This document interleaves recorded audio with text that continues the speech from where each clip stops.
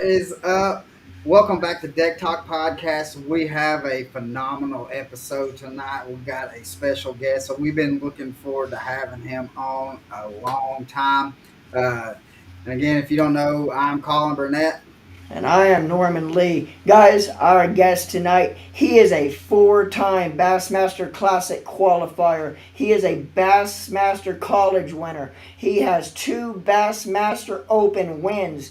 He is an Elite Series winner and the current record holder for the largest margin of victory in an Elite Series event, winning by over 29 pounds. The one, the only, Patrick Walters. What's going What's up, on, man? guys? How you doing, Guys, brother? thank y'all for having me. Heck of an intro, man. How was Uh, that intro? Was that spot on, dude? it was spot on, guys. Y'all got me a little fired up now. I'm ready to talk some Oh, fishing. man.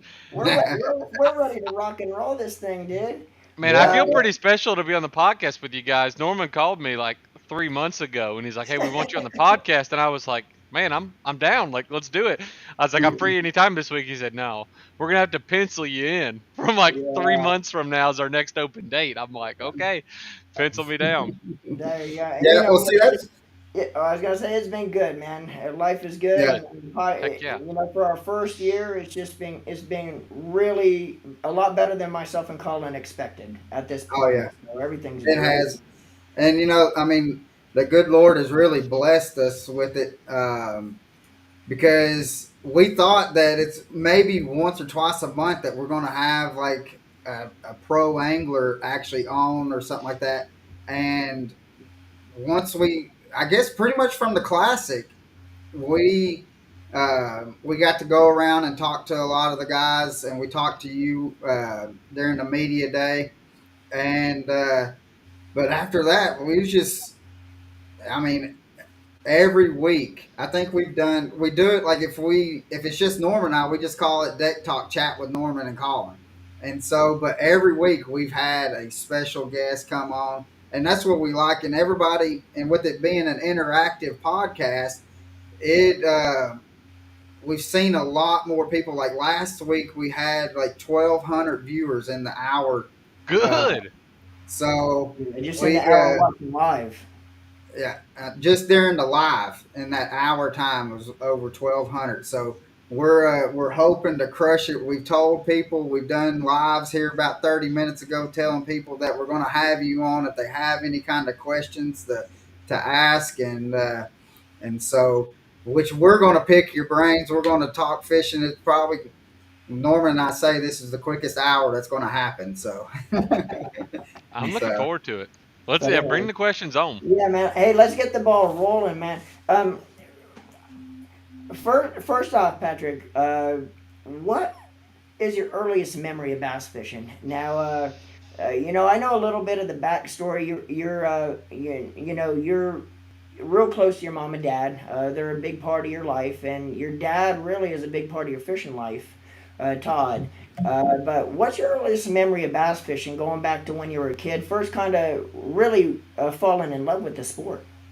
Um, I have two fond memories of like the first tournament I ever fished is what truly hooked me. But I also remember the first bass I ever caught because we actually grew up saltwater fishing.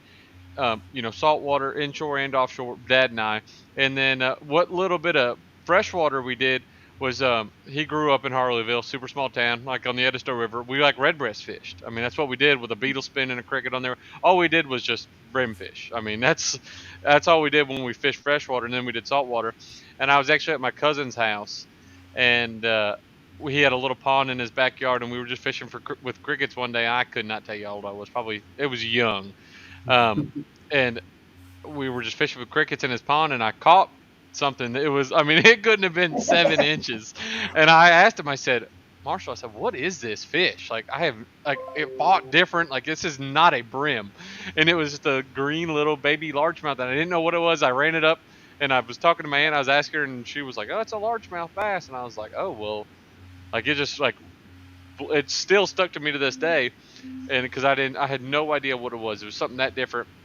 And then when I was probably 12 years old, I was a sixth grader I was in sixth grade, and I fished my first bass tournament with Bradford Beavers. It was a Fishermen Legacy tournament because we actually duck hunted together, his family and my family. and he had just turned 18. And everybody, if you don't know, the Fisherman Legacy is an adult junior format. So he had just turned 18, so he was considered an adult. And he said, "Patrick, do you want to fish?" And I was like, "Yeah, I mean, I don't know how to bass fish, but I was like, I'll bring some of my rods." I brought 5 spinning rods. They were like trout rods and redfish stuff. And from that, I remember like a good bit of that day. I remember the blast off. Just we were in a 17-foot Stratus with a 90 Evinrude on the back, and I remember the smell of all those two strokes, the blast off. We were at Lake Murray right here at Dreer Island, and just fishing that day. I mean, I was clueless. I mean, I don't. I hope I caught a fish. I don't remember catching much, but it was just the whole blast off. I mean, it was like this is America. I mean, you get to Yeah, fish on the water, you get a blast off like we're in a boat race. We probably didn't pass anybody in that little Stratus, but yeah, just from that day on, I got home that day. I said, "Dad, we got to get into bass fishing." I said, yeah. "I don't know what is this the most amazing thing I've ever done." And from there on, I've been hooked on bass fishing. Yeah, little did you know back then that that little green fish you caught back when you were what 6, 7 years old. Little did you know back then that that fish was the one that was going to get you hooked for the rest of your life. You know. Truly hooked. I mean, I'm telling. After that, I asked Dad. I was talking to him about it, and he was like, "That was just a bass. Like, I'll take you bass fishing." And like we went and did like some pond fishing, and then from there on, like even a buddy of mine, we would every day after school when we were in elementary school, we'd ride our bikes and fish ponds. Had the backpack full of tackle, and I mean, I just got hooked with it. I got hooked so much in high school that they actually, I went to Holly Hill Academy, smaller school. We had 300 kids K through 12. You could kind of They were a little more lenient on things. They had a parking spot in the teacher's parking lot behind the school for me, so I could bring my boat to school because the front parking lot was too small. I couldn't bring the That's boat to pretty school, cool. and That's I had to pretty get cool. them. They allowed me to bring it around back and park it. Yeah, that's pretty neat. That's awesome. Yeah. That's Go ahead, Colin. uh, that's kind of it's interesting because I know because I'm originally from Nashville. I grew up on Old Hickory Lake, and so, but I got into fishing, which I fished my whole life with my dad. But my mom's dad, my granddaddy, he had a boat, and so we'd go out in his boat, and that's all he would want to do is just brim fish and stuff.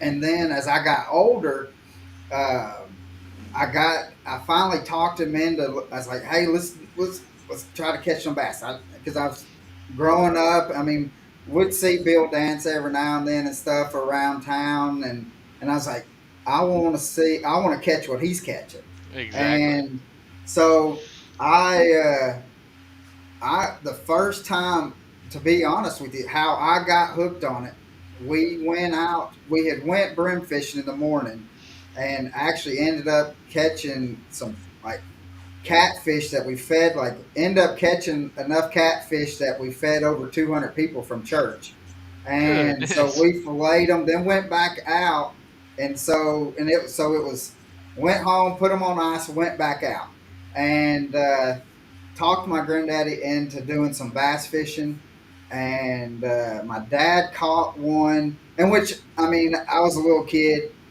and but he had the bass at the boat, and he's like, get the net. So I reeled in, turned around, put my rod down. Well, my granddaddy threw his rod down in the deck, but he threw it, and it was kind of like dusky dark, and he didn't know where the net was. He threw the rod, I mean, into the net, and so it got all tangled up. And Oh so, no. but it was the fish. It came up, and so my granddad was trying to get the rod out. And I'm looking at the fish, not knowing that I could football it in. But that bass, I was like, I told my dad, I said I could have put both hands into that sucker's mouth. And when I seen that, I was like, that's it. That's all I want to do. Yeah. So, It's uh, crazy how those memories stick with you. It's like just we can all remember those fish catches, but I mean, like you said, you were just a young kid, and it's like you could still see your hands probably fitting in that thing's mouth.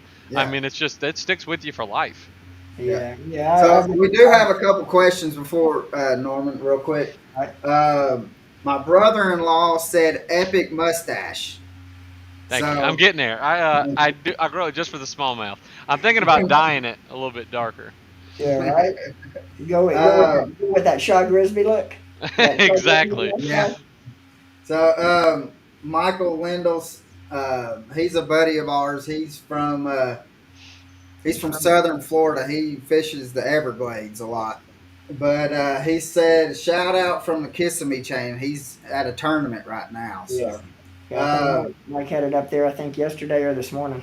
Nice. then John Pate says, what is your favorite bait during tournament time? And then, real quick, another question was, what is your favorite lake to fish? So, two-part question. This is going to go hand in hand. My favorite lake to fish is Santee Cooper, which is my home pond, because of how different it truly is. There's so many different faces to it. You got the swamp, you got the lower lake, I mean, the canal in the middle. You can fish deep, you can fish shallow. There's so many different things to do.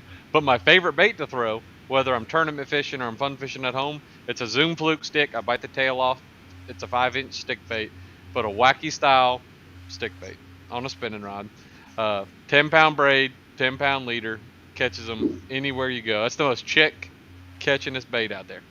And Patrick, you're actually sitting there telling us that, and I'm trying to look for where my pen is and my notepad there to write down all the good stuff, man. I mean, But Norman actually fished with my dad on Santee, and yeah, Norman, he probably threw a big stick bait the entire time, did he not? yeah. A quick side story about that, Pat. Thanks for bringing that up, man.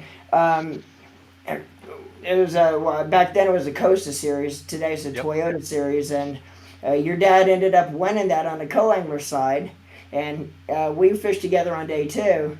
And I'm driving home. Of course, I didn't make the cut. I'm driving home with my tail wagging between my legs, like I normally do when I leave the state of Florida. I And did the same thing that tournament as well. I got my oh butt man, cut. but your dad actually was telling me all about you when we were fishing together. So I kind of knew you before I knew you through your dad.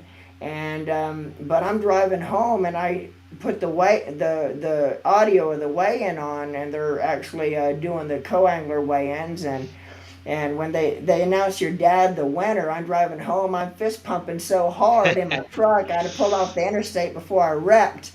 But yeah, that was awesome. But that kind of goes to show there, the apple doesn't fall far from the tree, the old saying, because your dad is a legit hammer. I mean, he is a hammer time of all hammers, especially on Santee Cooper. And man, following right in your dad's footsteps. And but yeah, true hammer. But yeah, It that was some truly fun is. Just times, his man. fishing knowledge is that's where I learned a lot of things of fishing. He Yeah, didn't bass fish much growing up. He did a little bit. Like he was big in the saltwater, but just the natural instincts of fishing. Like this, I'd say I got majority of my decision making from him, and I yeah, learned most of the bass fishing stuff like on your own. Doing the research and stuff.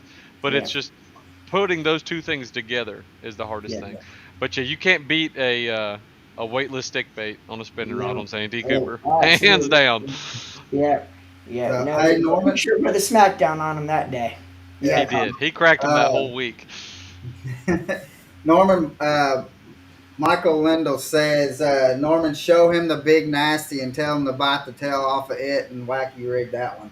oh, yeah. I'll have some down. Yeah, you're definitely going to Orlando. You'll be at ICAST.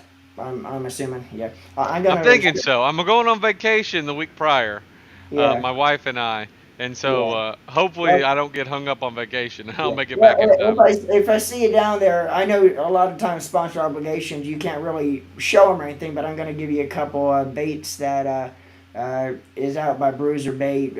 I use it all the time, called the Big Nasty. It's actually a 14.25-inch ribbon tail, So and big. I Carolina that worm almost non. That's my go-to Carolina rig worm when I'm looking for one giant bite, and it does catch giants. But I'll toss you some when I see you next time, man, and Absolutely. let you I get try that everything. rolling. That's what a lot of Yeah, people don't realize too is when you fish professionally, it's like I try every bait out there. If there's a yeah, bait on the market, I've bought it and tried it. I yeah, mean, yeah. people are like, "Oh, you get a bunch of free tackle." It's like, yeah, I mean, if you're sponsored by them, but I buy a lot of tackle because Oh you yeah, got to know what's out there. yeah. Yeah. It's like I always love trying new baits, especially if it gets big bites. Oh yeah, and people Yeah. don't realize too that don't fish tournaments on a consistent basis, or that's not sponsored. But when you're sponsored by bait and tackle companies, you're not always gonna be able to use the product that sponsors you to win. You're gonna have to do what you have to do to win tournaments. And you're not always going to be using a sponsored bait. There's a lot of other baits you might have to go to on any given day. You're going to have to do what you have to do. So, and a lot of people thinks you're all only throwing them baits that they see on the side of your boat. Well, the majority of the time you try to, but you're not always going to be able to do that. No, you're exactly right. I mean, it's because it's like imagine, that your sponsored company only makes metric tools and you Yeah. need a 3/8 ounce socket. That's what I'm saying. That's how I look at baits. It's each one's a tool and each one does something Yeah. a little bit different. And so it's like each one has its own job. I mean, Yeah. you can't beat a 10 millimeter wrench if it's a 10 millimeter nut. I mean, that's just how Hey, it Oh yeah. is. I mean, Oh that's yeah. if you can find the 10 millimeter wrench. exactly. You better have three of them because you're gonna lose two of them. Yeah. Right. Yeah. So we Norman, I don't know if you know, Norman and I, we got it's called Chat Town Lures. We hand tie jigs and stuff. But Okay, our biggest thing has been finesse jigs that we've been smacking some big smallies on them.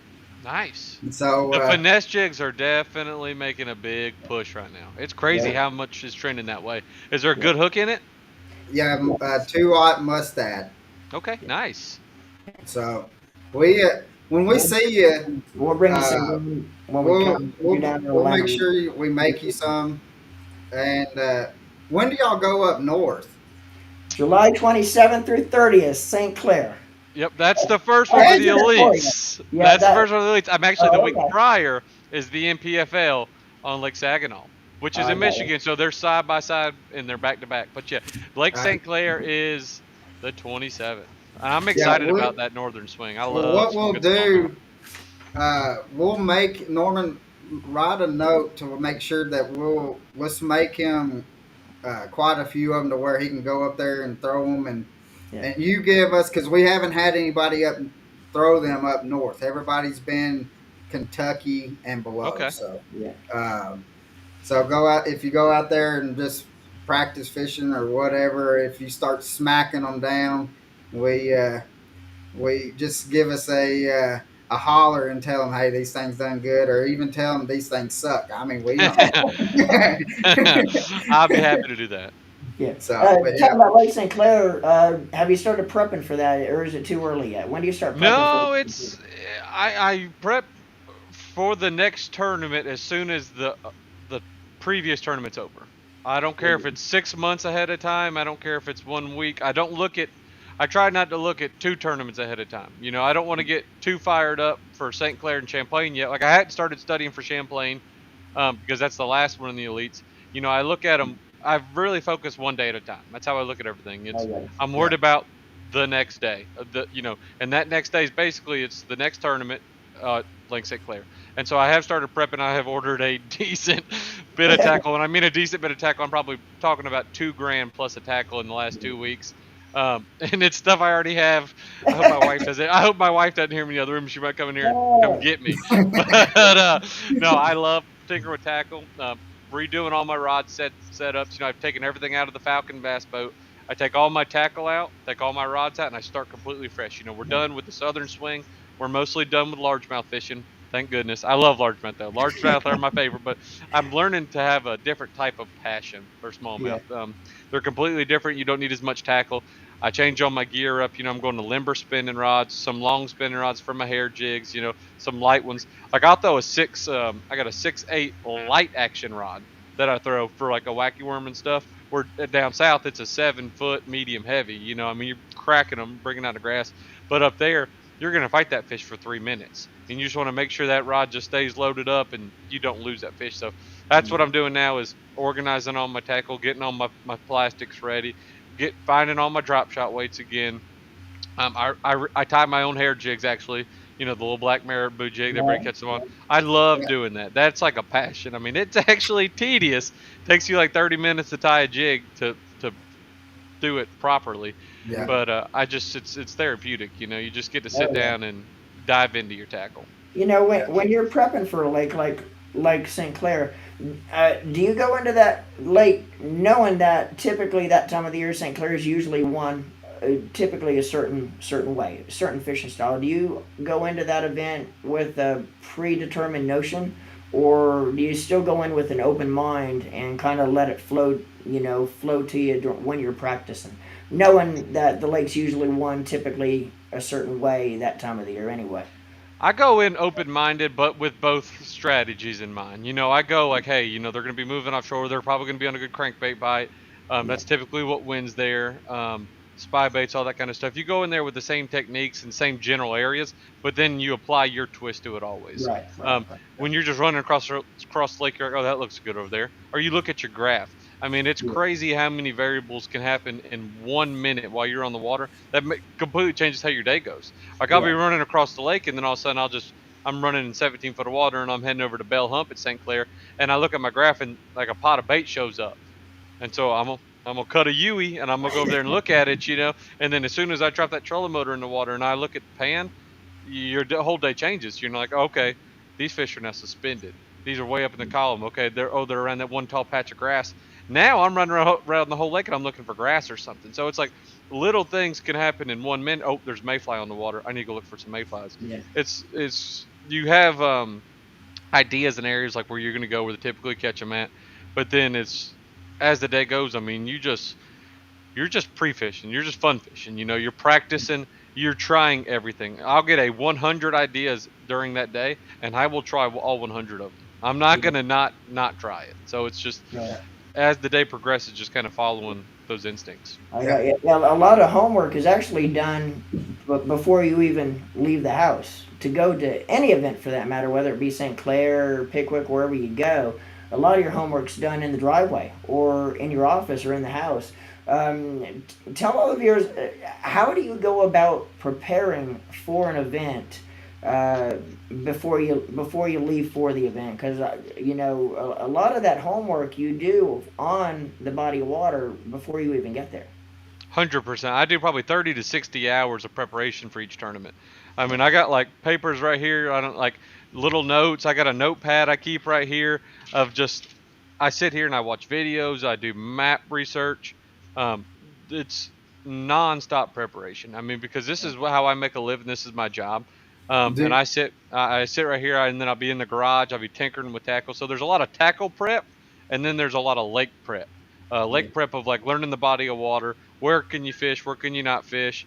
How is that fishery fishing? I'll go back and then I'll do tournament research of how much, what's the weights average, what to expect. Because I like to go into a lake knowing like, all right, 17 pounds is max. I'm not going to go to Red River and think I'm going to catch 30 pounds. So you go back and you learn it because like when you come to Santee, I'm not going to think, oh, I'm catching 12 pounds, I'm doing good. So you have to know each lake and body of water what it's capable of to know kind of where the bar's at. And so that's yeah, why when you get there, you know if you're having a good practice or bad practice by that, or oh, I need to find more, or you never can find enough ever. So yeah, you always find as much as you can, but there's a lot of time and preparation that goes into each tournament. yeah, now, like because like when I fished a lot of tournaments, I don't fish too terribly many now. But like when I would go out fish, I would keep a notepad with me, and then I would write the date down. I'd write the temperature. I'd write like the air temperature. Then I'd write the water temp, what the water clarity was, and then the baits that I was catching them on. Do you do something like that to kind of where you can reference back?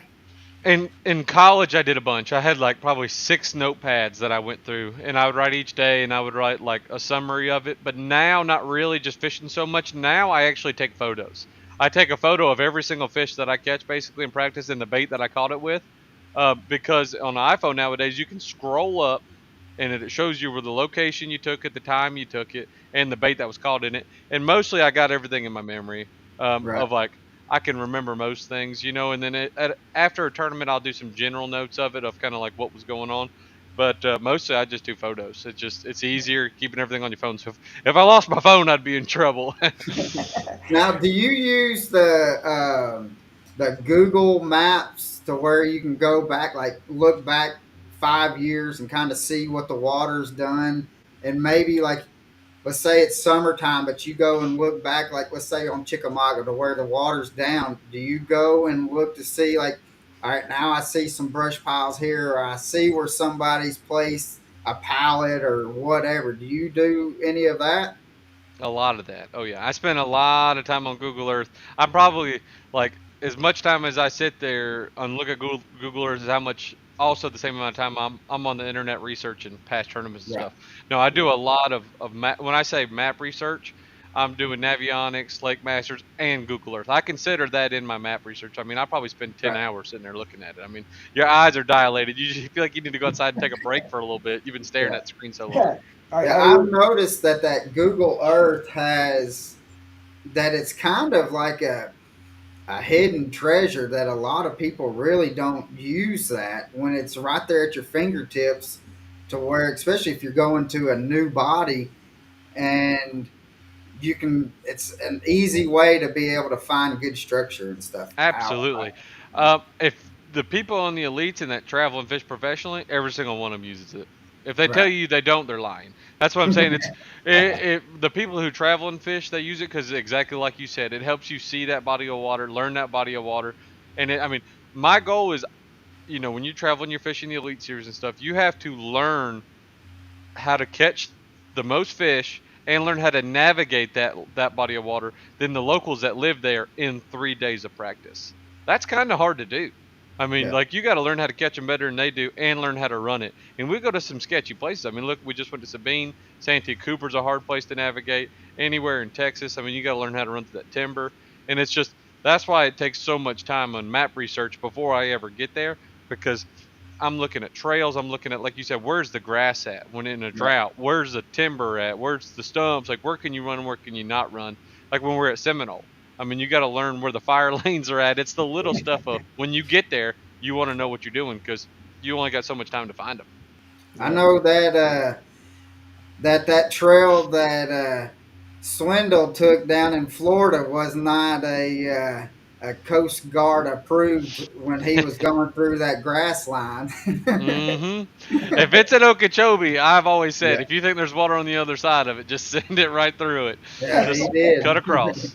Yeah, So, I was running the boat um, in Okeechobee one time, and it just kept going. I thought I could go from one side to the other and back out into the lake, and it kept going and going and going. It started getting skinnier and skinnier and skinnier. Mm-hmm. Before long, I ran out of water, and literally, probably, I was very lucky I didn't have to get out and push because I seen a couple moccasins swimming around. So I think I'd have to wait for a helicopter to come airlift me out before I do that. But it probably literally once I actually had a shutdown, I was gonna go as far as I could without shutting down because I knew once I shut that thing down, I was done, and it probably took me 6 hours to with the trolling motor on high, throwing mud all over the boat to actually get out. And yeah, but that pretty sketchy down there when you start running them boat trails and It's pretty sketchy. Norman, next time you see my dad, ask him what we did on his birthday one time at Lake Okeechobee. yeah. When you talk about taking an airboat trail the wrong way and going too far, we did Oh, it on his birthday in December one time. We ran so far back in there, the boat bottomed out like 3 times, and like the boat's stuck. And let's just say we had to push that boat oh out of the man. glades, and we pushed that thing for like the motor overheated probably 30 times because like I'd always say, I mean, the motor finally locked up where we just couldn't run it no more. Yeah. And then we trolled the motor. We actually had a motor guide on our boat at that time, and that thing can't go through grass. Zero. Could not go through grass that time. It was so bad. We took that trolling motor off the day we got home and sold it and put a Fortrex on there. And we had to push out of there for like, it was like 5 or 6 hours. We finally got to deeper water and then we could idle for a ways. And then, yeah, that was one of his birthday gifts I gave him one time. Oh man, A happy fun birthday, fishing trip guys. at Okeechobee. now, He remembers that one. Yeah. we got another question that says, "How much do you focus on the weather during the tournament, or do you focus more on the days leading up to the tournament?" Both. I look at weather a lot. I'll look at weather right now, 2 weeks out, but 2 to 3 weeks out, I'm looking at the weather now, trying to see kind of probably what the rough water temperature is. And then as the week ahead of times when I really start looking at it pretty hard every day, and because but the day, like the first day of practice, I look at the forecast for the whole week, and I try to plan my practice so even if it's like we got a south wind, but in the tournament we have all north wind for 3 days. I'll only fish for planning for a north wind, even though a south wind's not I like it'd be ideal to fish for a south wind, I'll Right. only practice for that north wind because that's what we're gonna have the tournament down. Because it does not matter if you catch them in practice. That has nothing to do with anything. It's you don't gain anything from that. You can't win practice. And so it's like I'll fish if it's harder to fish or it's more time consuming. I'll fish to set myself up better in contention for the tournament, if that means anything. But yeah, I look at the whole forecast for the week, and that's really I think how I did good the last tournament, the MPFL here on Santee Cooper. We had a lot of wind come up, and I wanted the area I like to fish is the bottom end of Lake Marion, and we are gonna have a hard north wind for 2 days, and it was gonna blow the lake out, and so I could see that coming in the forecast, and I was like, well, I'm gonna probably fish there for one day and then never go back to it, and I did, and it worked out. I just fished for the protected side. Yeah. Right. Now, you, how much do you utilize like the live scope? I Or I use it a good bit. I mean, it's your eyes underwater. I mean, it's if my bait's in the water, I want to look at it and see what it's doing. I want to right. see if my bait's fouled up. I want to see how deep is my bait getting. Is my crankbait truly getting down to 10 foot? I watch my top water on it. If I throw a bait out there, I'm looking at it. Um, and also I do it to see the attitude of the fish, because each fish has a personality. And what I've learned using forward-facing sonar is the fish are basically on every single spot that you go to nowadays. Yeah. We used to pull up on a big point and you're like, you throw in there 10 times, don't catch nothing. You're like, they're not here.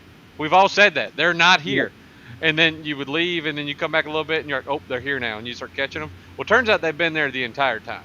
Now with forward facing sonar, you put a trophy, oh, they're there. They're Yeah. just Yeah. not biting. Yeah. I compare fish to women. If a woman's not in the mood, I don't care what you do or what you say, it ain't happening. She's in a bad mood. You better come back later and wait till she's in a good mood.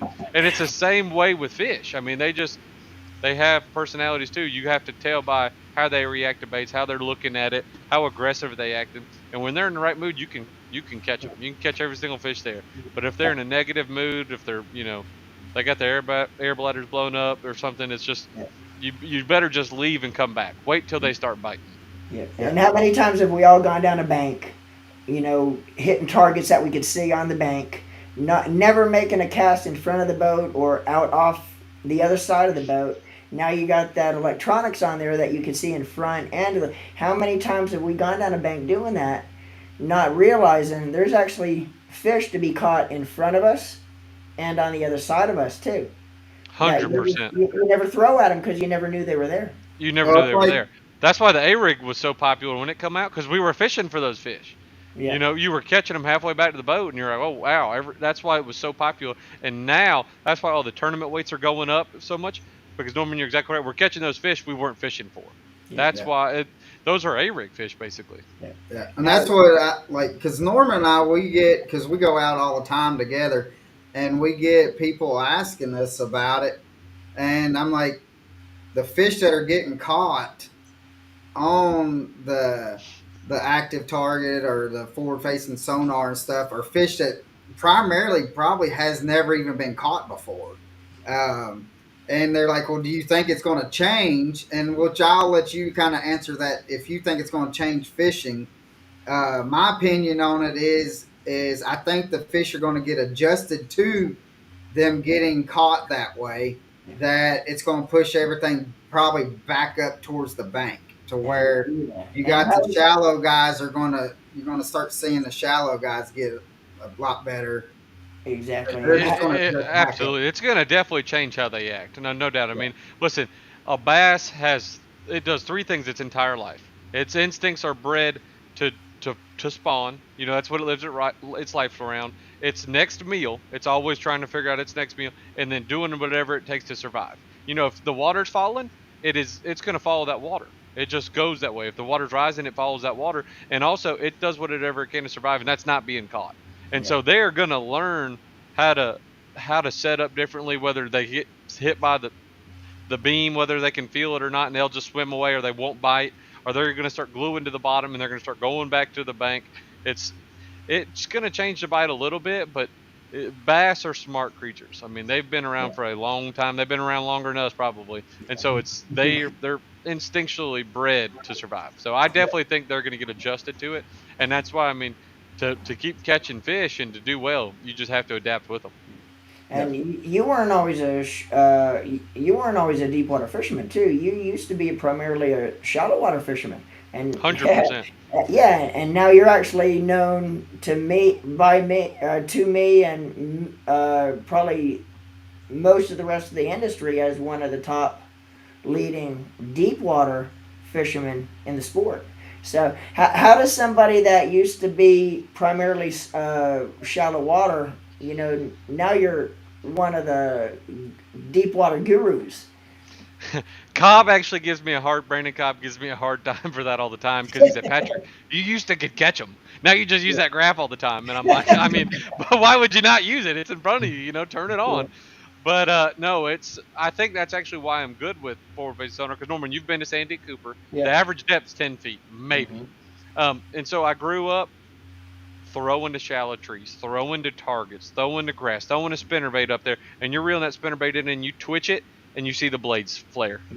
It's intimate. You're watching every single cast. You're skipping a wacky worm under an overhanging bush, and it's you watch it skip all the way under there, and you're in tune with your cast the whole time. And then I hated fishing deep water because you pull up to where like I know there's a brush pile here, and you throw up there back in the day, and you'd lob that old monster out there, and you'd hit cast 10 times, and you would never touch it, and you're like, okay, then you finally nick it one time, and you're like, all right, there it is, and then you'd miss it again, and I hated that because Yeah, you'd always throw that worm out there, and you just stand there, and you look around, and you drag it, and I cannot do that. I'm too impatient, and then I would. My beliefs were a bass could not live deeper than 15 foot of water growing up. Like I thought if he swam deeper than 15 foot of water, he just died. Like they didn't exist out there, you know? And so, just starting to fish and traveling around and learning other places, okay, fish get off out deep a little bit. And then when I got forward facing sonar, it it gave me that joy fishing out deep that I had fishing up shallow because yeah. it brought you back intimate with each cast. Where I was up there, I could focus on my cast. I mean, I'm ADD. If I can't see my stuff, I'm probably not paying attention. And so, like, I could throw my spinner bait out in 15 foot of water, and I could turn my reel hand, and I could see my blades flare. Same way I could visually see it with my eyes. I love looking at my bait. I love casting to a stump.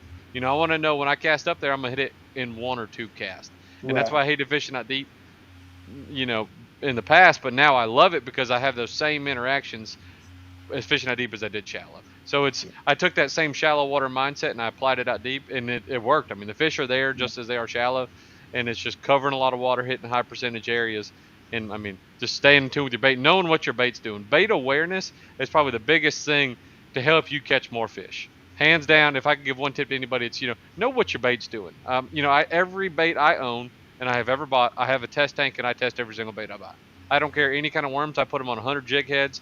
I put them on different hooks. Every crankbait I test, every glide bait I look at because I want to know what it's doing, how it's acting, how fast does it sink, all that stuff. Because when I throw it out there 20 yards and I twitch that reel handle one time, I want to know exactly what that bait's doing.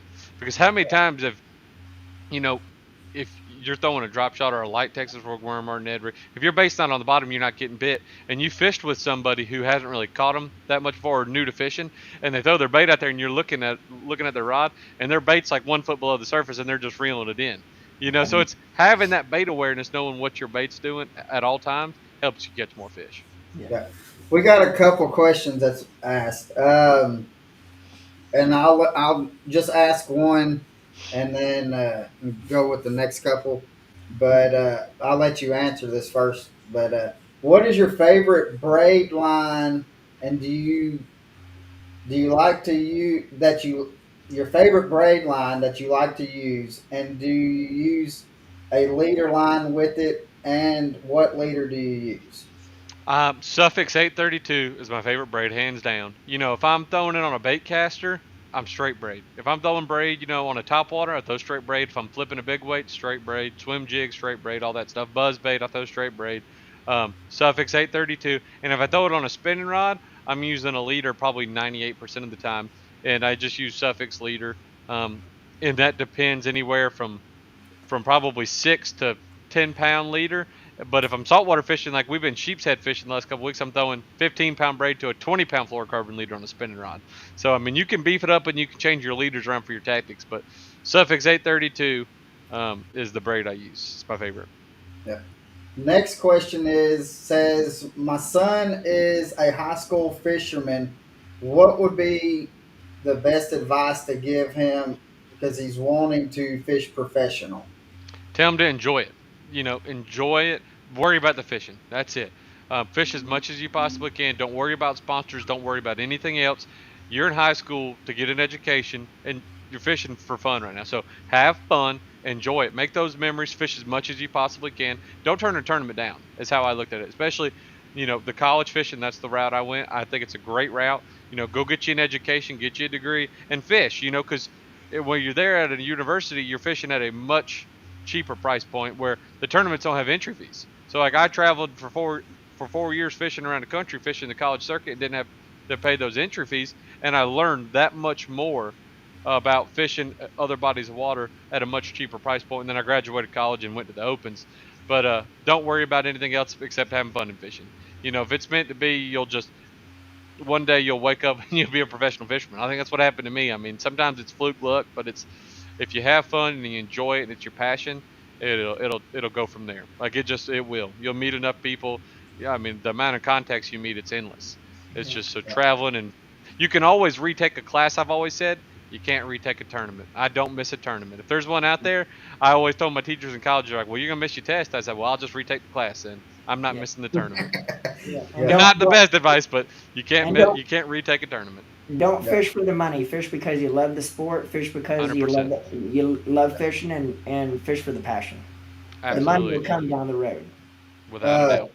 Next question is, uh, when you're fishing an elite tournament, is it common that you have people that are like other anglers comes?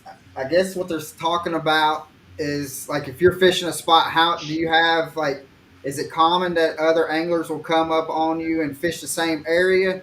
Because he says, is it or is it more like how uh, at the classic where Gussie had that whole area to himself? At certain tournaments it is, certain tournaments it's not. It all depends kind of how that fishery sets up. Like at Okeechobee, there was 3 areas that played basically in the entire lake. That was the only 3 areas that had clean water. So it was everybody was just kind of doing circles around each other because that was and I mean they were kind of like parking lots. Each area had 20, 25 boats. I mean that's how Okeechobee fishes. And Yeah, then there's certain bodies of water um, that you might have a creek or something to yourself, and then once you start catching them in there, as the tournament progresses, everybody's supposed to give you space. If you're the little guy catching them in there, that's when everything kind of works out. So I mean, yeah, it goes both ways. Sometimes you kind of get crowded, sometimes you don't. yeah. Because that's like when we were at the classic and we were watching it, and we were surprised that nobody really. I mean, they gave Gussie his space. That it was kind of surprising that y'all actually gave him that much space, knowing that what he was bringing in Oh yeah. was Well, that's just how it is. You're not really. You don't want to poach another man's fish because what's Yeah, even yeah. crazier is the first time he won there in the Elite Series. There, I beat him to the canal. I started the first day of the tournament there. I won the boat race down there. I started there, and then Zaldane pulled in, and then Gussie pulled in. I fished there for about 45 minutes. I caught 2 shorts, and I was like, I'm gonna go fish some other stuff. I got a lot of other stuff that's better. And I left, went fished around, didn't catch much. I caught 8 or 9 pounds, which ain't bad there. And got back in. Gussie dropped 17 pounds on him, and I knew exactly where he caught him, what he was doing, and I didn't never went back for the rest of the tournament. Actually, I hadn't gone back in two tournaments back because he beat me. I left. I made a different decision, and I never went back. And he told me after the tournament he really appreciated that because that wasn't my place to go. I wasn't going to go encroach in on him. He caught the You right. know fish what? that day. I was the first one to the hole. I had it. I beat everybody there and had just as much claim as he did. Yeah, But it's more of kind of how you act on the water. yeah, There's more yeah, sportsmanship in it. I'd yeah. rather, I mean, because I plan on doing this for a long time. I'd rather him.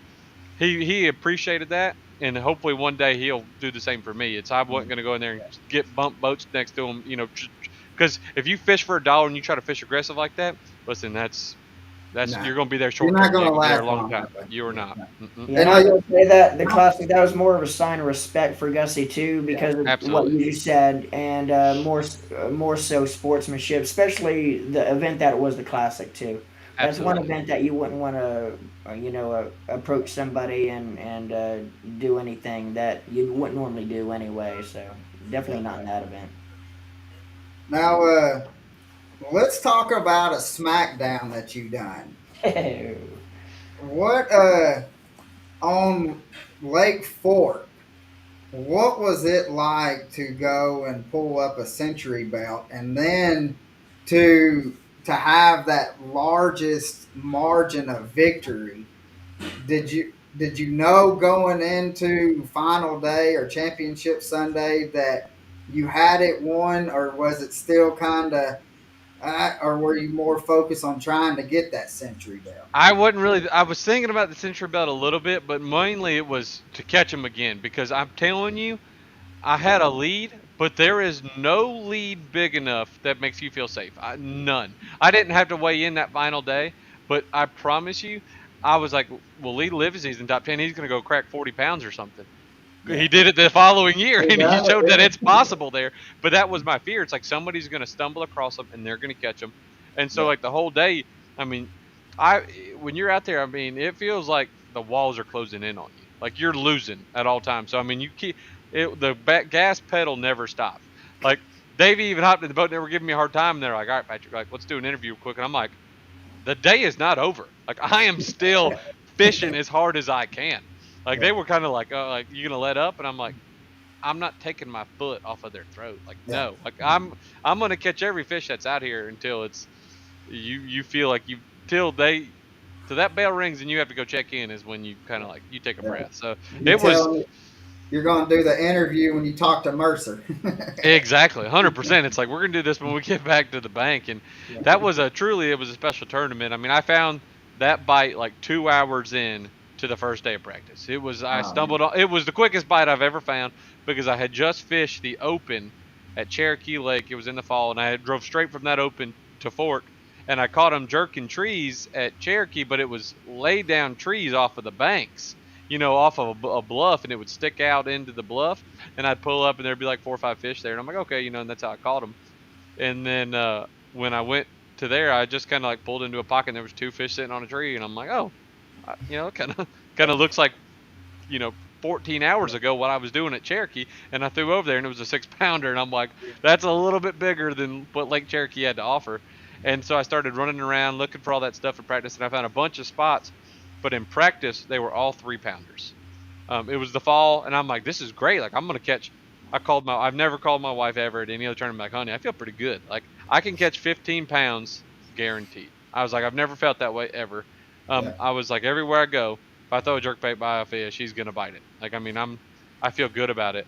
And then I think the water or something dropped the night before the first day of the tournament, and they all turned to 5 pounders. Like it doesn't happen often that way, but all the threes turned to fives, and it was like, Yeah. oh my god. yeah. Yeah. And that next year you were referring to, the next year you went to Fork again, you ended up with the fourth day, Championship Sunday, you had 32 pounds. And I think you came in second place that event with 104 pounds. That was your second century belt. And you had 32 pounds on day four. And Lee Livesey kind of crushed everybody's hearts and came back Just a with little bit. a 42 plus sack and had a few out of body experiences when he was reeling in some of them 8, 9, 10 pounders there on that spook.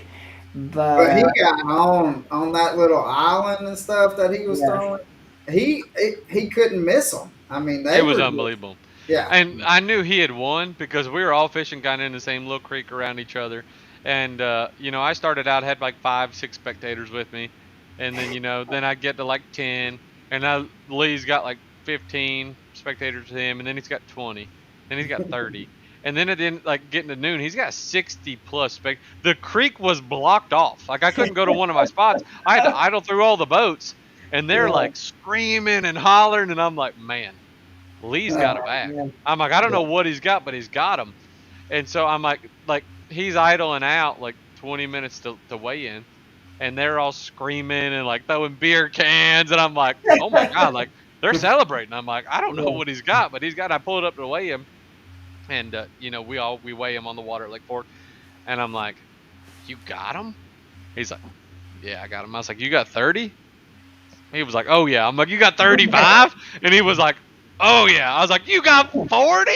And he was like, and I was like, oh my god. Like I couldn't believe because I asked him. He's like, I was like, you got 35? He's like blew away 35. I Yeah, mean, when you wow. catch 35 pounds, but he Yeah, was like, yeah, I got 40, and I was like, that's unbelievable.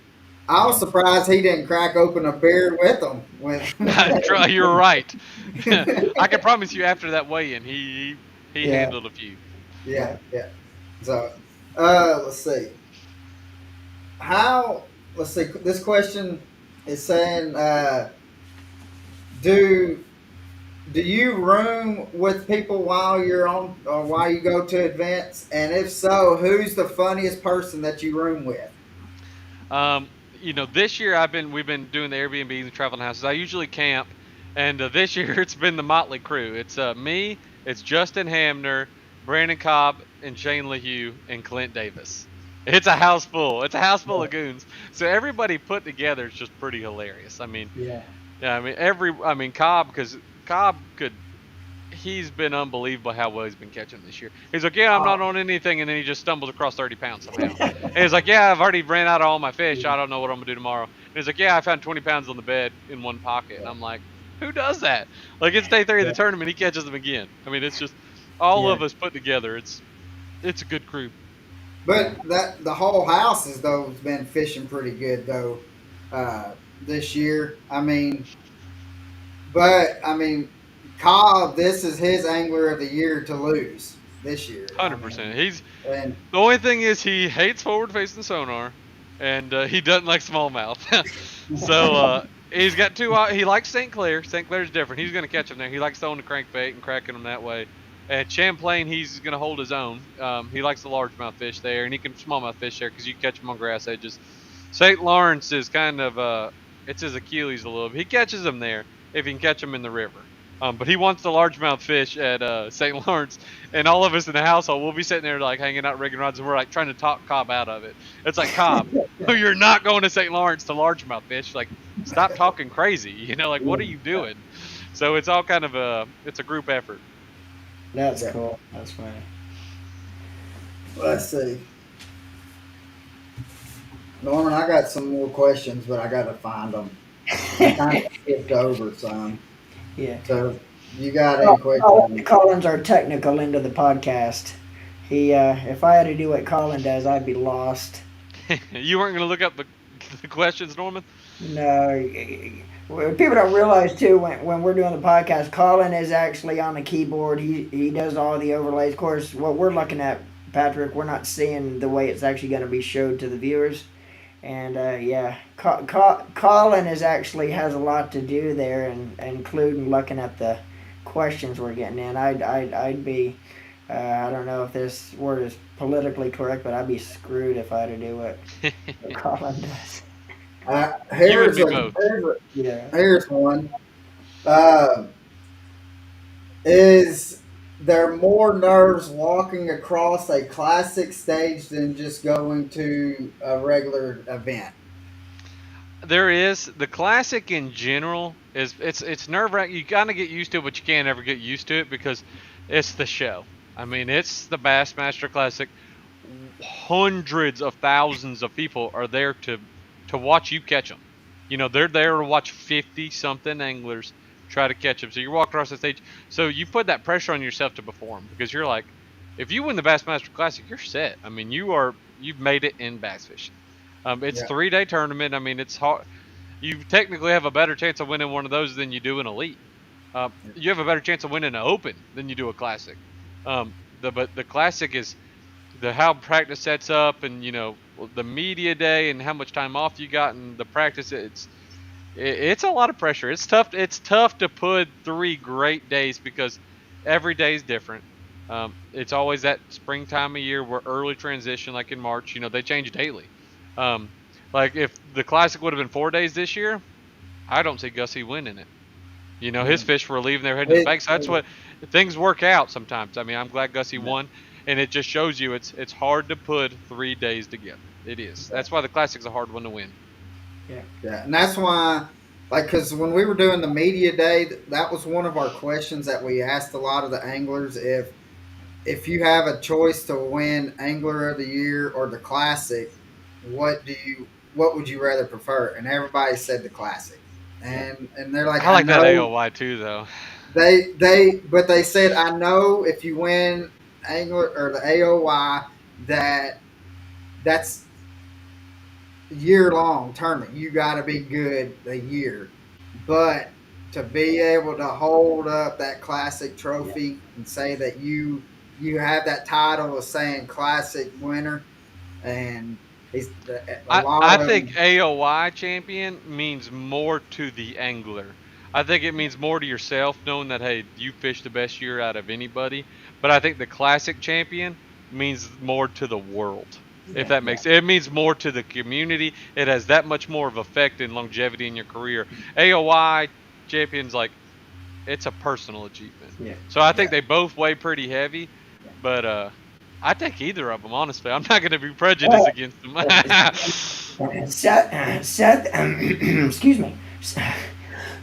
Seth actually said that if he had to choose, he'd actually trade in his AOI for a classic. If he had to choose one or the other, he'd actually trade his AOI in for a classic championship. That's Nice. awesome. and Matt Robinson said if he won the classic, that about 80% of it's going to go toward the party. So I can actually believe it.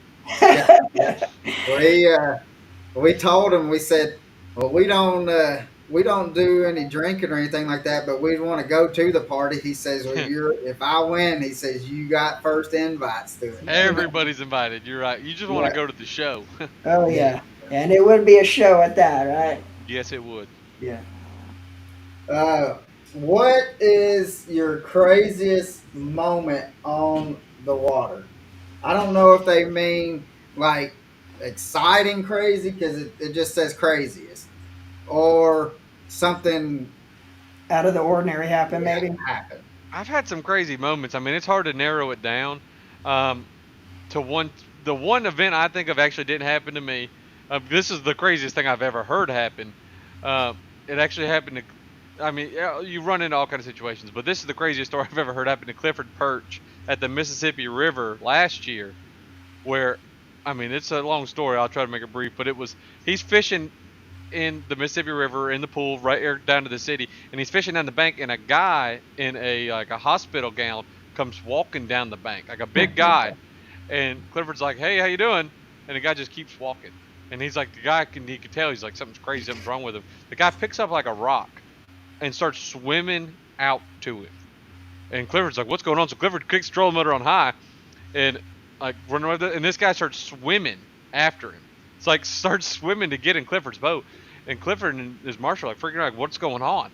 And all of a sudden, like they're going trolling motor in a way like on high, and the guy can catch him, and he passes out. The guy, um, he's just like starts drowning, and the Clifford's like, oh my god, we gotta do something. This guy's like 6'5", 280 pounds, like big dude, and they're like, oh my god, he's drowning. So they turn around, and the guy he was already kind of drowning. Turns out his heart exploded. He had a heart attack, and so they were pulling him up in the boat. Clifford had to grab him by the head, pulled him up in the boat. They're pulling him in the boat, and as soon as they pull him in the boat, he had an incision on his stomach because he turns out he was running from the cops the day before he got in a shootout, got shot, and had to get an incision in his stomach. And when they pulled him in the boat, that incision ripped open, and the guy's guts spilled out in Clifford's back deck, and the guy passed away. And then Man, Clifford had to go to the bank and wait on the cops to be there, and he was with the Oh, cops for wow. 6 hours on the bank in the tournament. That is the craziest story that is I have ever crazy. heard. I mean, it's like the guy was chasing him to get into Yeah, Clifford's boat, and then the guy's heart exploded swimming after him. yeah. Hey Norman, when we get him on here, You have to go. I mean, it's we the have great. to. He might not want to talk about it. Honestly, I don't know. I We'll mean, ask because him like prior it's to. probably traumatizing for him to think about. I Oh mean, it's yeah, he had to go to the. I'm not going to get any more details, but yes, it was graphic. yeah. Um, We might not. We might have to ask him that Ask him prior ahead of to. time. Yeah, Absolutely. yeah. yeah, Because I yeah. mean, when I heard that story, I was like, because somebody told me, it was like, did you hear what happened to Clifford? And we were texting. I said, no, tell me. And he's like, I had to call you. I was like, I'm busy. Just tell me what happened. And he's like, I have to call you. He's like, I cannot text this. And I'm like, yeah. When he called me, I was just like Man. Yeah. flabbergasted. Yeah, right? Now, one of the craziest things that I've heard. Um, and which Roland was talking about it. He said that he was in the lead going into championship Sunday, and he had this spot that he was going to that he knew that he was catching his a limit on that spot every day, and he said championship Sunday he come up, but there was another boater in there, so he come up to the boater and he said, "Hey, I'm fishing in this tournament, trying to win, and I've been catching this for the past 2 or 3 days or whatever. Do you mind if I fish this area just to catch some fish?" And the guy said, "Nope." He said, "Not happening." And he said, "Come on, man, I'm trying to win, and I've been fishing this spot." And the guy pulls a gun out on him and says, "You're not fishing this spot." Yeah, pulled a gun out on him. Yeah. So I want to say that it was in Alabama or Louisiana where he I was could at, see both of those states. and but he said as soon as he pulled the gun out, he said, "See ya." Yeah, I know, but I actually got threatened, a gun get threatened pulled out on me one time and my college partner at Pickwick Lake in Alabama, and I was like, man, it's not worth that. Like, we're No. just out here fishing a college tournament. I mean, yeah, there's no. I was like, you can have the spot. I mean, I'm not sure what year it was, but the Classic during the Bassmaster Venice. Classic in Louisiana, wasn't it? Yep, Louisiana. they were Gary running to Klein Venice down there. was it Gary Klein? I Uh, think it was Gary. had a guy fishing the back of a somewhere in the bayou, and had a guy fire a warning shot over their head. I think Hmm. Wow. the cameraman on Gary's boat like heard the shot going off and said, "I think that guy just shot at us." And I think Gary or his marshal or cameraman called it. They ended up having the cops come arrest the guy during the Classic. Yeah. So You yeah, don't mess with people in Louisiana. that's pretty Do crazy. you Negative. do Yeah. you have which I mean we fish different lakes around here, and I've only had like I've had people come up like if I'm fishing docks and stuff, come up and start chit chatting. I've never like the videos that you see on YouTube and stuff to where there's confrontations. Have you ever had a confrontation with a homeowner and stuff while you're fishing? I've nothing too negative. You know, I've had a bunch of people come talk to you. Like you said, every time you fish docks or marina or something, somebody's going to come talk to you. I haven't had any bad experiences where, like you say, you see on Facebook and the guy's out there holding a gun or Yeah, trying to call the law on you. It's I typically just leave. I'm like, there's not that many fish under that dock. It's not worth my time. But no, I've a lot of people are usually pretty friendly in the South. It's I had a couple of people, you know, they'll come out and they'll start videoing you, and you're like, all right. yeah, No, I'm not going to stir no trouble. You know, I'm just going to Yeah. keep on going. yeah. Yeah, when we go by docks and stuff, and I see somebody out in the yard, and I have my dad with me, I'm like, "Dad," because He's going to hit the dock. You're he's right. gonna hit That's the how dock. my dad is. Hey, Yeah, if I buy and- baits, I buy baits in threes. You know, one for me, one for dad to break, and then one for him to tie back on. Because, like you said, if we're going by some docks, he's gonna crack something. yeah. Yes. So I'm like, "Dad, they're in the yard. Do not hit the dock." Well, I don't care if you're throwing. I said, throw away from them. Other side of the boat. Yeah, I was like, "Do not hit the dock." I was like, I don't feel like having to hear somebody griping, which I've never really had any confrontations, but that would be the time when they hear that ding. Ding! Old dinner bell. Yep. And so, Oh man. yeah, yeah. Any more questions? I seen another one.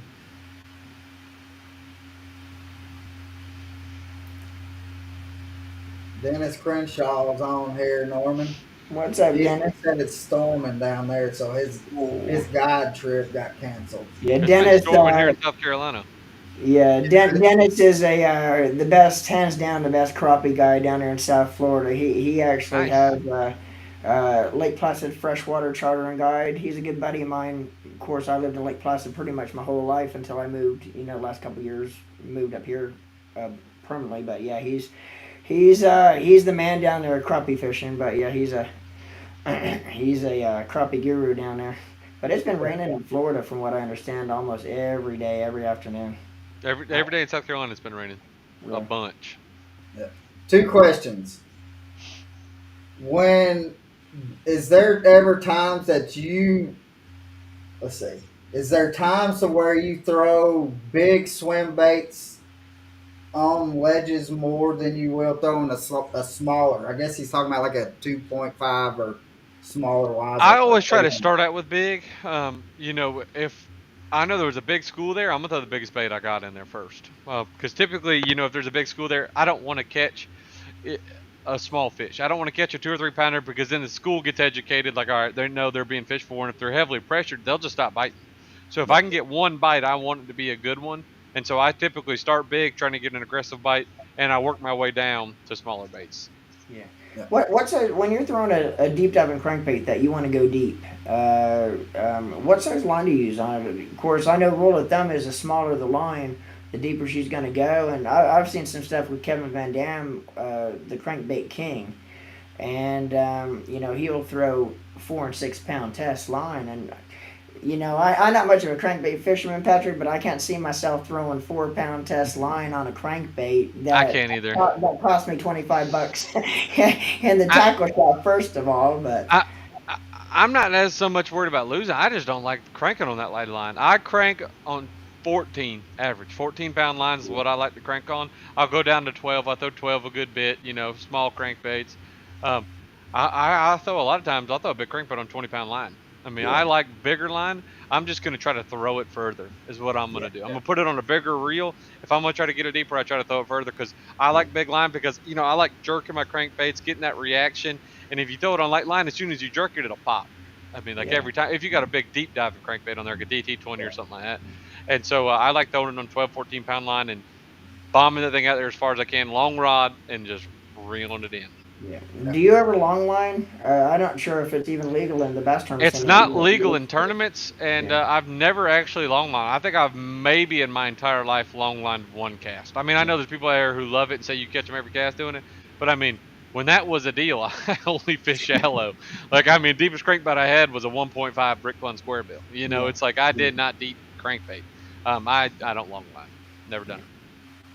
Um, my brother-in-law asks this question every podcast, and if you knew my brother-in-law, you'd understand this question. His question is, "What is your go-to snack on a boat?"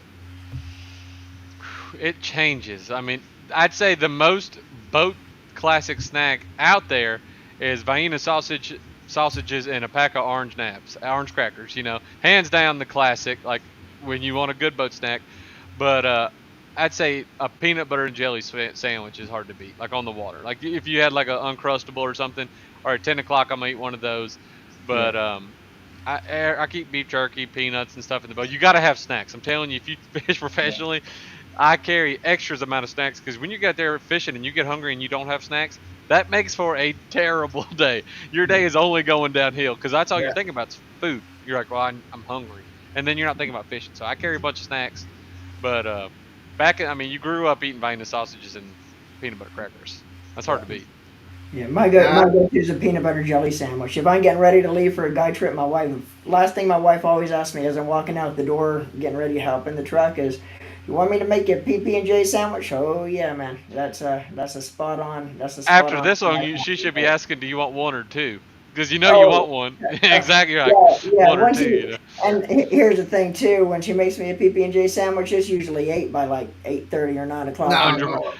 9:30, nine Yeah, o'clock. I'm breaking into that sandwich. yeah, And on the boat, I carry two sandwiches during practice. I carry a peanut butter and jelly sandwich. I eat around 9 or 10, and then I carry like a ham and turkey mixed deli meat sandwich with sliced cheese on there, a little salt and pepper, and I eat that sucker about 1 o'clock, yeah, well, I've and a been Red Bull. out with Norman, and he's had two sandwiches out that he brought, and before we even got to the ramp and got the water in, he was eating one of them. Hey, uh, don't let the skinny physique fool you. I love to eat. exactly. And Patrick, if you ever have Norman on your boat and you happen to bring nutty bars, Oh my I God! can. Now we're talking. Now we're I getting to the good snacks. yeah. Colin Well, Colin works for Little Debbie. He delivers Little Debbie's, and Oh so my I gosh, get that them, would be we lethal. fish together. and He always I brings the have them in my hook. boat, and he found Yeah, them. yeah. And then I'm like, man, I could have a snack. So I go and try to find me like some snacks that I had. I had like nutty bars, oatmeal cream pies, and stuff Mm. like that. And I look into my little compartment that I have them in, and all I see is wrappers. And I'm like, Norman, what happened? Yeah, if I was fishing, it's like when you see a nutty bar, you have to eat it that moment in time. Like you could be like, I got a big one, get the net, and I'd be like, where's it at? And you're like, it's in that back hatch. I go back there looking for the net, and then I'd like see that nutty bar. You'd have to stop, and I'd Yeah. sit there and start peeling that thing apart and eat it, and you'd be like, where's that net at? And I'd be back there snacking on that thing. They're like potato chips too. You can't just eat one. If there's more No, there, once you eat one, you have to eat them all. Yeah. absolutely. So I got a box of them, and I gave them to Norman. And I said, "Hey, put this in the boat because we're going to go fishing here in the next couple of days." I gave him that, and so we get into the boat a couple of days later, and I'm like, "Hey, Norman, where's those nutty bars?" He said, "They were on my nightstand, and now they're in my belly." They didn't even make it to the boat. They went to the nightstand. That was a big mistake, but I actually had to stop putting snacks on the nightstand because me and the wife watch TV, at nighttime. That's about what we do is we'll just watch Hmm. TV before we get too tired and fall asleep. And I have snacks right there in the nightstand. I mean, anywhere from peanut M&Ms, one of my favorites That's also. lethal. But I had to stop putting snacks on the nightstand because it was bad. I mean, I'd sit there and eat all night long. I wouldn't go to sleep because I was eating snacks. Yeah, so I actually had to start staying in the kitchen. I just go out and get what I need and kind of ration what goes in there. But Well, he yeah, said he considers that 20 steps of going to the kitchen is exercise and being able to burn. Oh my goodness, I need to get on that then because I start yeah. snacking, I can't stop either, and it just sticks on me. Yeah. Uh, Dennis Crenshaw, which we Norman said that he's got the crappie guide service, and he said tell Patrick that if he guides with me, it's hamburgers and hot dogs. Oh He yeah, grills out each guide trip. Nice. yeah, He'll grill out hamburgers or hot That's dogs. a good lunch. yeah. That's when you Oh, know I you're eating told good. I told him, I said, because we're going to go out, he's going to take us crappie fishing after I cast. And I told him, I said, I want steaks. Go ahead. Now we're talking. yeah. uh, well, guys, we've been on here an hour and 12 minutes. And Norman, Patrick, we got a question that we ask everybody that comes on. And so we do not want to miss asking this question to you. Norman, do you want to ask it? I will take over this question. Patrick, if you had one person on your boat to fish with for one day, now this person could be passed away or still living, who would this person be and why? That's a hard question. I'd probably like to take either one of my granddads out. Both of them passed away when I was at a young age. Kind of before I ever really got super into fishing, and both of them enjoyed fishing. I mean, they were both outdoors type. So I'd have to say either one of those. That way, you get a chance to kind of spend the day with them. Yeah. That's Or awesome. have them both. We don't have to just That's stick what I'm to saying. one. You just have them Both would both. be perfect. Yeah. That's awesome, dude. So, and we asked that question at the Classic during media day, and a lot of people had said like their grandfather and stuff like that. But Well, that's where all your memories come from. That's who instilled it in you. That's who taught your dad, so it's just kind of like you don't get often to cherish those moments. yeah, well, I take it. Well, we had about 4 or 5 guys say that they wanted to fish with Greg Hackney. I'd And like to fish with so, Greg. That'd be a good time. Yeah. so I don't know how much talking would go on. If it was talking, it'd probably be trash talking. yeah, that's Don't look him well. in the eyes, because he might We had get you. we talked to Corey Johnson, and he said we asked him that same question. He says, "I want my brother uh, on the boat. So he said, "So I can kick his ass." Is his exact words. That is the most brotherly relationship out there. Them two are some knuckleheads. Like I feel like they just fight like on like brothers on every occasion. Like I Yeah. think they'll just be staying together and they're like, yeah, I'm gonna go to that spot tomorrow, and he's probably like, no, you're not, and they'll just break out wrestling. Uh, Like it just ends in a fight. I tell you, Uh, I would not want to be in that house uh, with all the guys that they room with. That would be one crazy house to be to walk yeah, up I on. don't even know how they get much sleep, any sleep. You're right. We talked to Matt and at the classic, and this was going into day one, and he said, "Well, was like, well," he said, I was like, "How do you feel?" And he said, "Well, to be honest with you, I left Waffle House at 3 o'clock in the morning. I went home, walked past the bed, and then hopped in my truck and came out here." He said, "I did not sleep at all at going into Ooh, day one." that makes for a long day, doesn't it?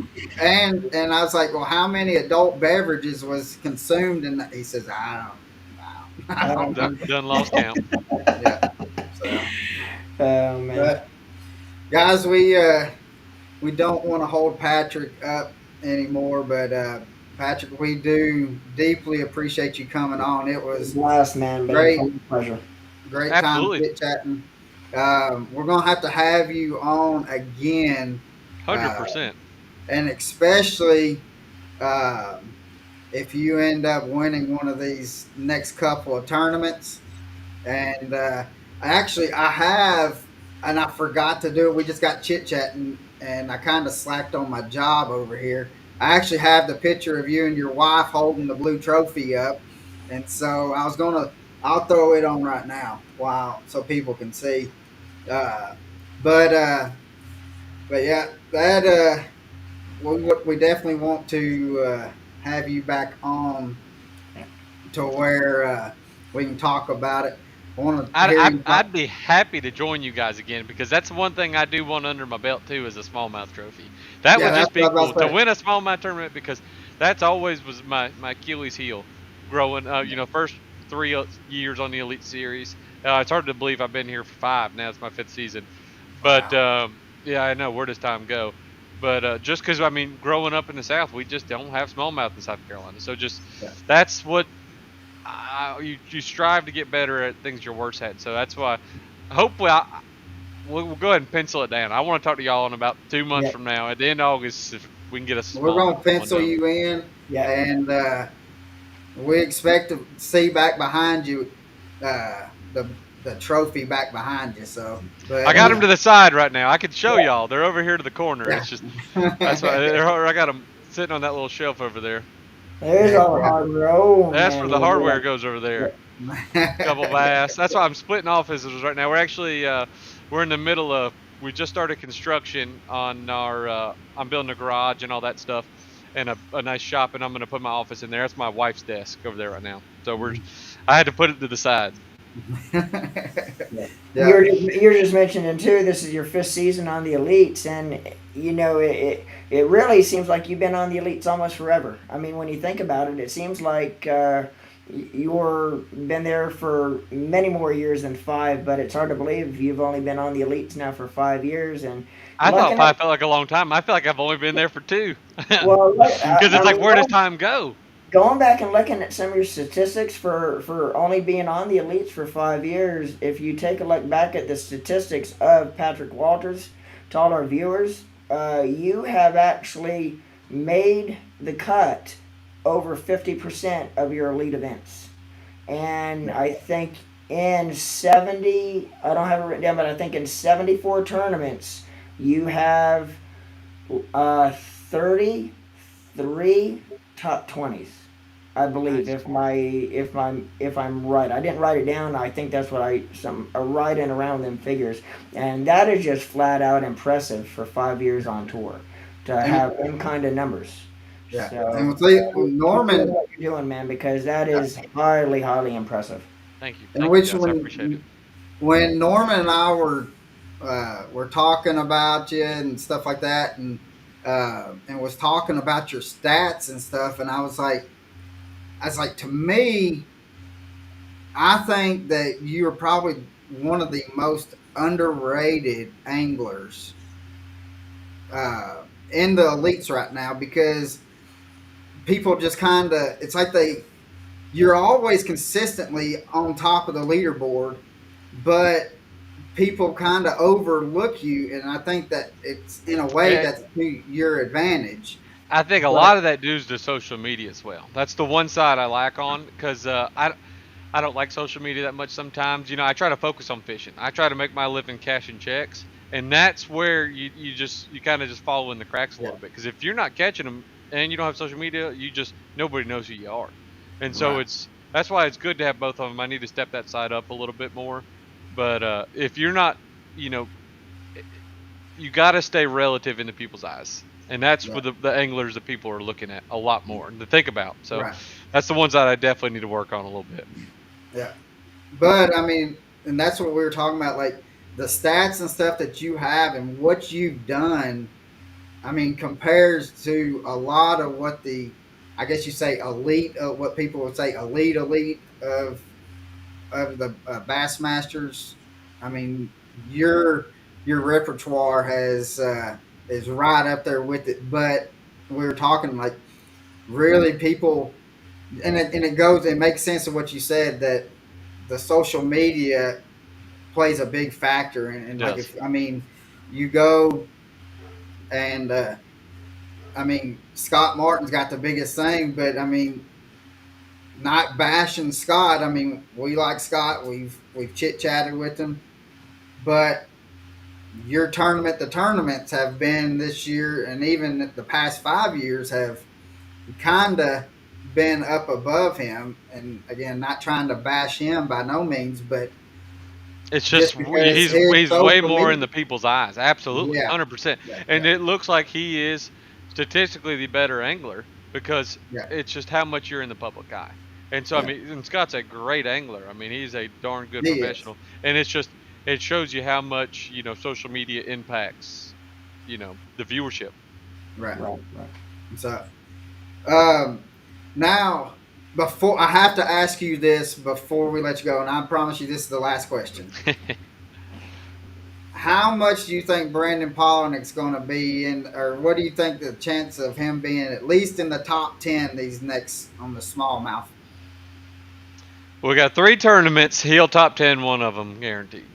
Out of three, no doubt. I mean, two of the three, 60% still. Two of the Yeah, three. Three of the three, probably like 15%. But it's still that's decent odds. yeah, I take 15%.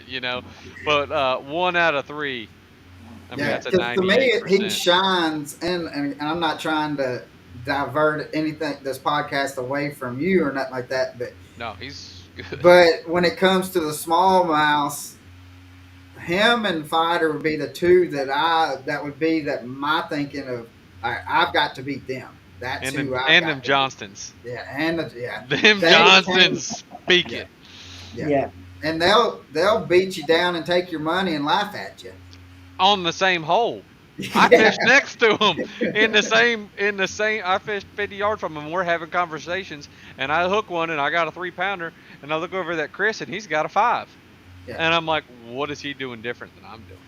So it's yeah, just they got it dialed in. yeah. yeah.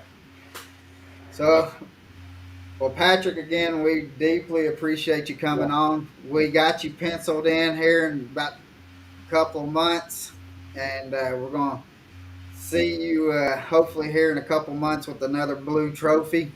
I appreciate And it, guys. I'm looking forward to it. Thank y'all for having me. Yes, yeah, sir. And and hopefully we'll so see you in Orlando if you're down there at ICAST, and Absolutely. I'll have some baits down there for you, Patrick, to go check out and try. And if I don't see you down there, I'll make sure to get them to you the next time we see each other. But man, Good this has been deal. fun. It's been a blast, man. yeah, Great to have you on, and look forward to talking and chit chatting some more with you down the road.